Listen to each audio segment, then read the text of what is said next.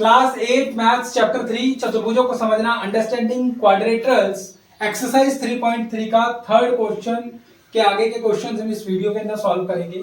ये बोल रहा है कि क्या एक चतुर्भुज एबीसीडी समांतर चतुर्भुज हो सकता है यदि यदि ये 3 पॉइंट्स कहना है quadrilateral ABCD B A parallelogram if ये 3 पॉइंट्स और ये तीनों पॉइंट्स को हम तब समझ सकते हैं, हम एक फिगर के रूप में समझ सकते हैं जब तक हमें इनको तीनों को एक हम फिगर के रूप में एक आकृति नहीं बनाएंगे तब तक हमें ये पॉइंट समझ में नहीं आएंगे। तो आइए एक आकृति बना लेते हैं और उसी आकृति को देख देखकर हम इसके आंसर दे देंगे।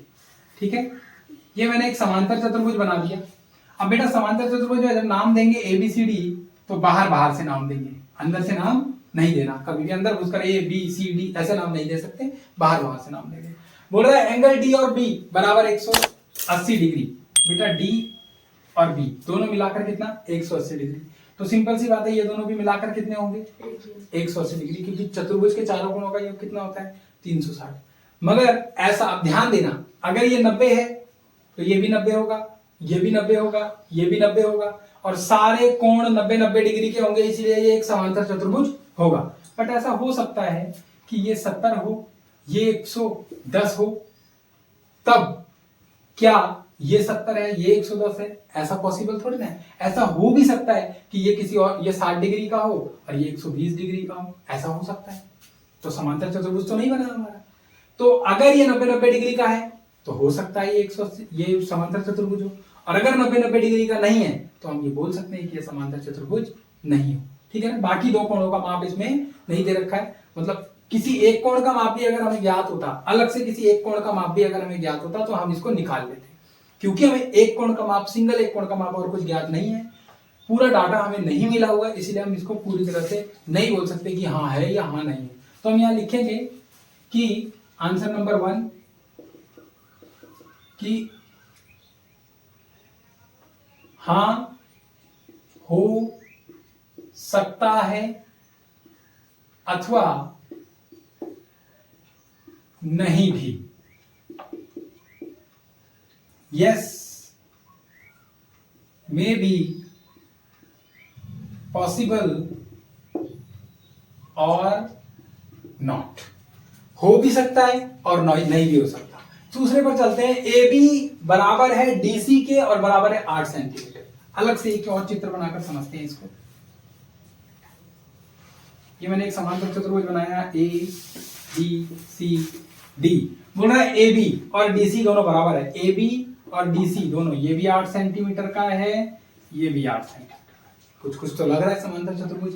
आगे बोल रहा है एडी 4 सेंटीमीटर है। एडी क्या है 4 सेंटीमीटर और बीसी क्या है 4.4 सेंटीमीटर। और बेटा समांतर चतुर्भुज के सम्मुख भुजाएं क्या होती हैं, बराबर होती हैं। Opposite sides are equal, but ये दोनों तो बराबर हैं परंतु ये दोनों बराबर नहीं है। इसीलिए हम सेकंड का आंसर नंबर 2 में क्या लिखेंगे, नहीं, नो।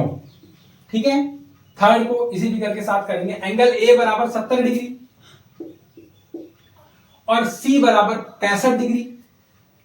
तो बेटा सम्मुख कोण बराबर होते हैं समांतर चतुर्भुज के, और यहां तो आपको बता दिया बराबर है ही नहीं। तो थर्ड का आंसर भी क्या होगा आपका, सीधा सीधा नहीं, यानी नो।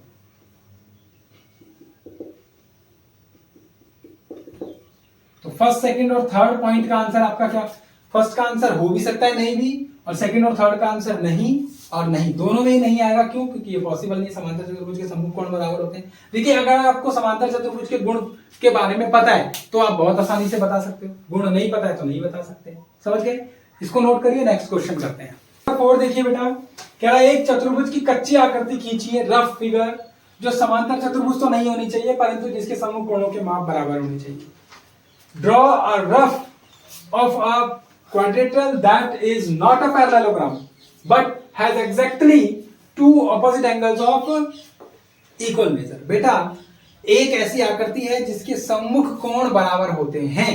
सम्मुख कोण बराबर हो सकते हैं, दो सम्मुख कोण, केवल दो, बाकी दो नहीं होंगे, दो होंगे।